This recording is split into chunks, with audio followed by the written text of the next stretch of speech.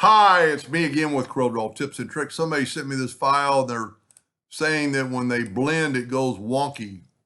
I don't really understand what they're trying to blend, but if they're trying to make like this pattern, there's a lot of ways to do it. But I'm going to take these two ellipses. I'm going to hold down the shift key and select that one too. I'm going to go to effects and blend. And I'm pretty sure I get the same settings he had, 16, but watch what happens. And he's calling that wrong. Well, it's right here, your acceleration.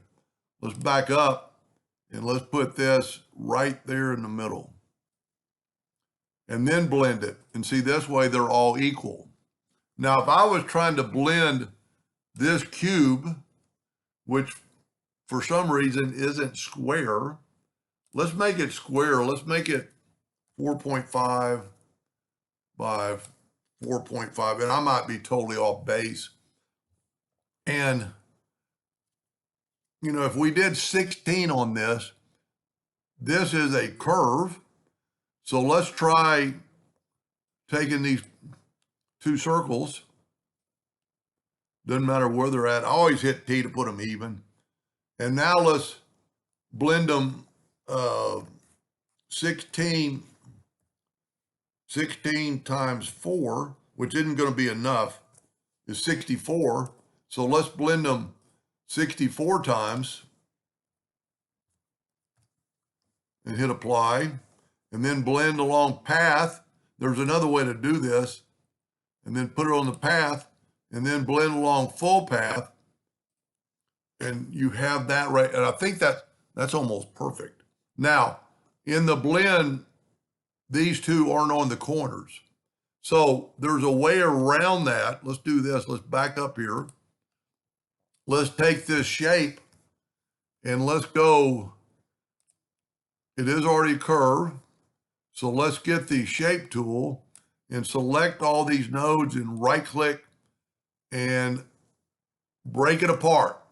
So now we have, and then actually you have to probably take this and go up to object and break the curve apart. So now if you look, we have 4 objects. So I'm going to make 4 copies of this. And I'm going to take these two, and I don't know his measurements or what he's trying to blend, but I'm going to blend them 16 times and hit apply, and then blend along path. And see, now it's going to blend along this path, and then go up and blend along full path. You really don't have to blend them again, but we can. There's another way to do it. And then go up to blend along path, and I'm going to pick this one next. Blend along full path. Now, when we do the down ones, we're going to have double circles, but I think he's just trying to get this, and I'm not close enough to do this pattern, but he can adjust that, blend along full path, take it on that path. Well, I do. Maybe I have to,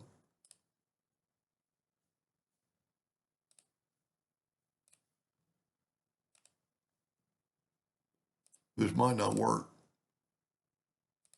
Because see, those other things are in the way. So let's back up here. And we can move this out of the way by, I'm just nudging it one time. Now we'll take this and blend along new path. And then blend along full path. And then I would just nudge it over, but we'll go ahead and do this one more time. Blend along new path. Now we're going to have double lines or double circles on the corners. So what I would do then, let's get rid of this. I would select all these and I'd go to object and break the 16 objects apart. Then I would take away that one and that one and that one and that one, and I'd actually take away my line, line for my path. And then because we see, you could tell, oh, I'm going to have to zoom in to get that line. Now, because we nudged, we could just nudge this back up and nudge this back down. And now you have those same dots. Now, what he was trying to do is probably this pattern. So one, I'm not close enough. He's going to have to blend more, but this would be really easy to do.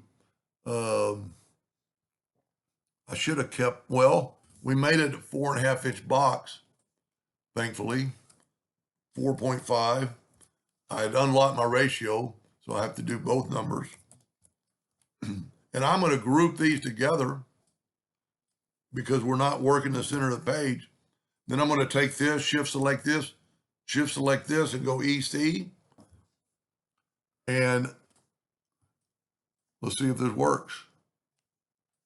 Let's intersect it. Nope, that's just the opposite of what we want. So let's go back minus front. There we go.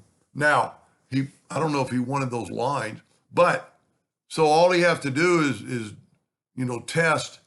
And let's take a 4.5 inch line.